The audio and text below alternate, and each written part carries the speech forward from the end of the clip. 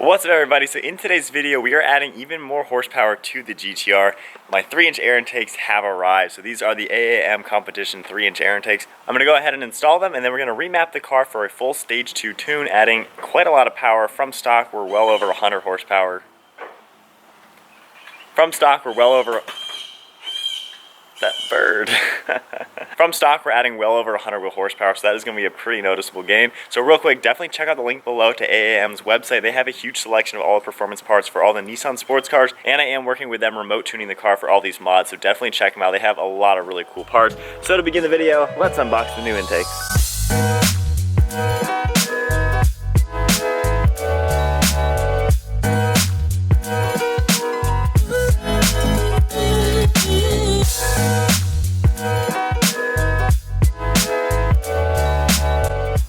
So with everything unboxed, we can take a better look at the new air intakes. So these are 3-inch air intakes. The ones I have right now are 2.75-inch. These ones do not require a tune. You can run these with the stock configuration. And then a real quick, for any of you GTR owners out there, I will be selling the 2.75-inch air intakes. If you are interested in them, send me a message on Instagram. Along with that, I also have an upgraded wide pipe for sale. So for any of you looking for some nice used parts, I have intakes and the mid pipe. You can get yourself a really nice stage 1 setup.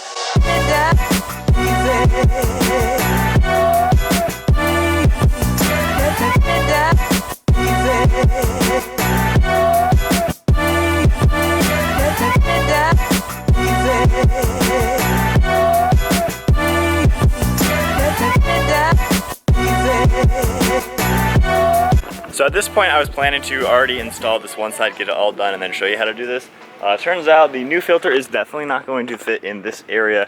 You can see we really don't have much room right here. And the new air filter for the 3-inch pipe is a lot bigger than the one for the 2.7-inch intake. So this one is much smaller, as you can see. So that all means I gotta take the bumper off. It shouldn't be too bad. I believe we have a bolt up here by the reflector, maybe 1 or 2 under here, and then I think a lot of plastic tabs under here.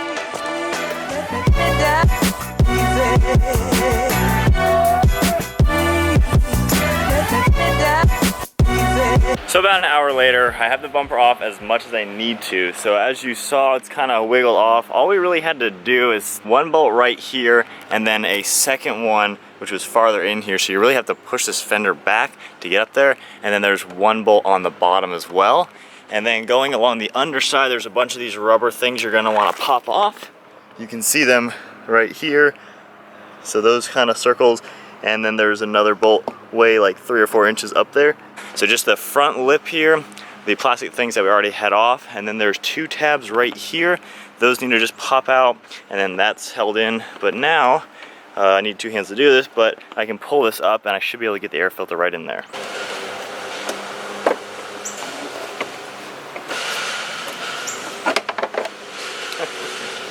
There we go, air filter fits in there.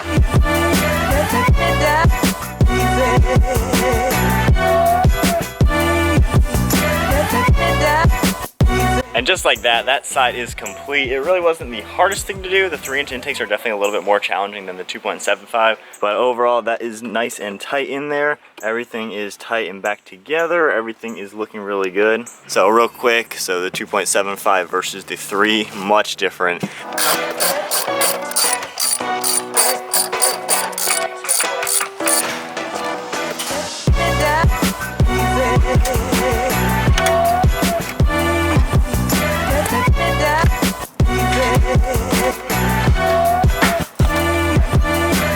Alright, so we got the intercooler pipe off and everything, not too bad.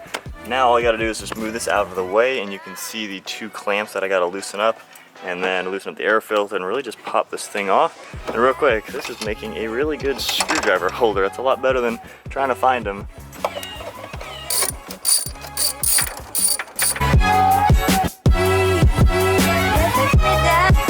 So here is the air filter a little bit later. So I believe I've had these on for maybe 2,000 to 3,000 miles. So still in really good shape.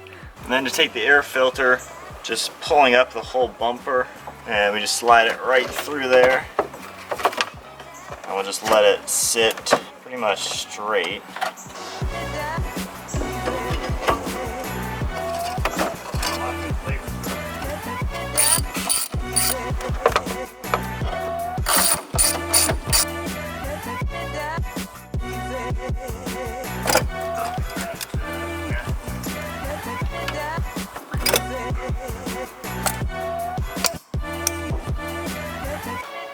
Alright, so we have finished putting in the new air intakes into the car. This side, once again, went so much quicker than the first side for whatever reason. So now all that I have to do is just pop the bumper back into place, and then just a few screws came out. We have two right here that went up in this area, and then this one, I believe, went in the bottom of it. And then, of course, put the reflector back in. But other than that, I just have a few on the underside, a bunch of these bolts that actually go and connect the bumper to the front lip, and then these little plugs go in it. And then I took a few things out that were unnecessary, just a few other random bolts.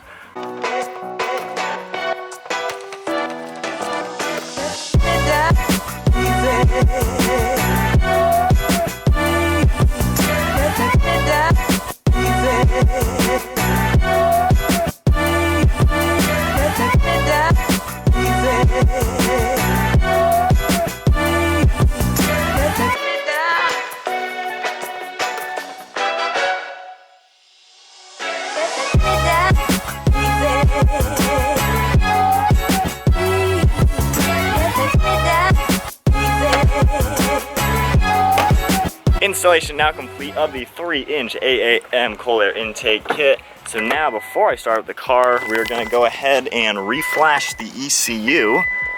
So in order to do that, I'm just going to turn the ignition to the on position, and then we're going to take the Cobb tuner. And if you guys remember in the first video, I showed you how to actually download the maps onto the Cobb tuner. So right here, I already have a bunch of different maps on it. So this one is Cobb Stage 2 off-the-shelf map. So we're going to go ahead and roll with this one and kind of break in the car technically with it that way. And then AAM and I will work on remote tuning this for their own Stage 2, which will be much more aggressive. Alright, so it is now just resetting the ECU. Everything is working. So now we turn the ignition off. We're going to count to 15. Alright, and then back to the on position. We'll hit continue. Alright, now we turn it off. Alright, so now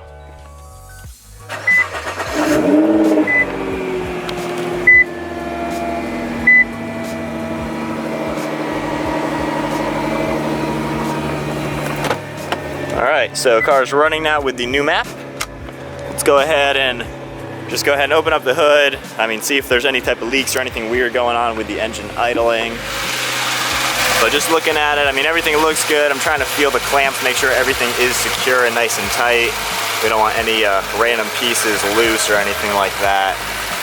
But I did a few checks. Everything should be in tip-top shape. So on to the next day. I drove the car home last night, put like 30 miles on it to let everything reset.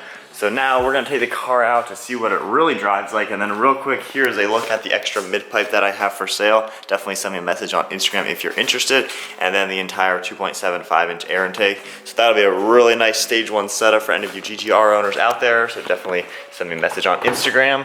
So we'll do a third gear pull, getting out of this one turn. I've done a few slower accelerations just to monitor the air-fuel ratios.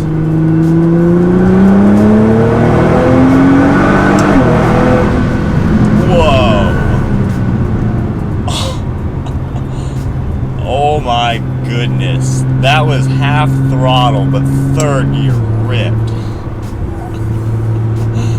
Holy crap. Alright, we'll do fourth gear. Holy crap. That is crazy. Oh my goodness. So back with the other intakes, there was a ton of power down low and then a lot of power up high. This, with the bigger air intakes, there's obviously more air coming in. It's tuned now for a little bit more fuel to compensate for the added air. Wow, that is, and I haven't even floored it. Alright, we'll do a third gear acceleration. More full throttle.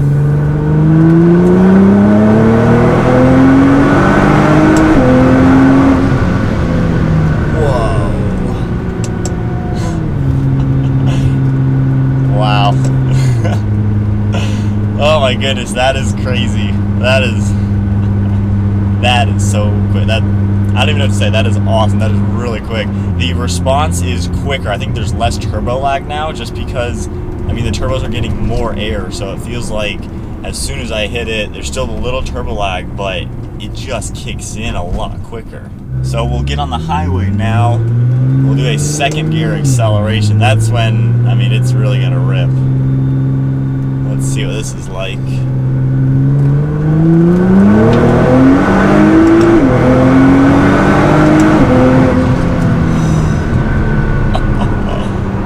Oh my gosh.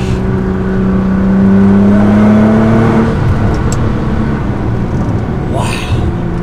I mean, there's nothing I can film that is going to do that justice, but literally an all-wheel drive GTR that started like going sideways a little bit, like in second gear like that. Holy crap. So I'm not sure the exact dyno numbers, but stock car is roughly 430 at the wheels. The engine is at 545. I'm pretty sure right now we are into the 500s at the wheels with this stage 2 setup. My legs are literally like shaking. That was incredible. So let's do a 4th gear highway acceleration now from about 65.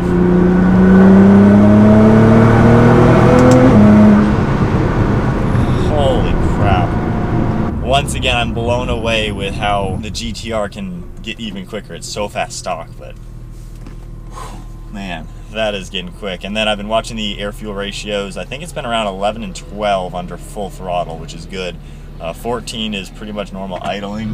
Obviously you don't want anything more than that, but I'm pretty sure the off-the-shelf Cobb map is going to be very conservative just because this is designed for any GTR with these few parts.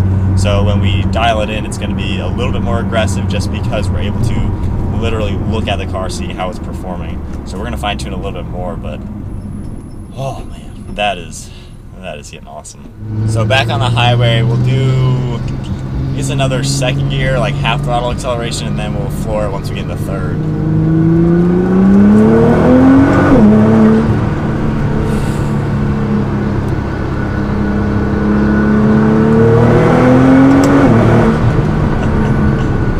Oh my goodness, that is insane. So we'll get up next to a car just so you can kind of see the acceleration.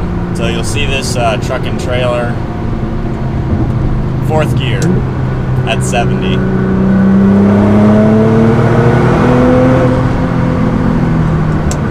That is so quick.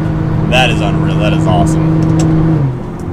Alright, so that is wrapping up test driving the full stage 2 setup on the GTR. Next video I do will be, of course, data logging and doing the custom tuning with AAM, so that is going to be a lot of fun. But already off the shelf, stage 2 is insane for the car. That is awesome. So hope you guys enjoyed the video. Once again, check out AAM competition for any of the 370Z, the Infinity cars, the GTR. They have a ton of bolt-on parts for these cars. And then, of course, if you have a GTR, pick up a Cobb tuner and do some remote tuning with them. But yeah, that is finishing up the video. Stage 2 GTR is insane. That is awesome. I'm kind of lost for words just because that is really, really quick. But anyway, that is today's video. Hope you guys enjoyed it. Give it a huge thumbs up. Smash the subscribe button. We'll see you all next video.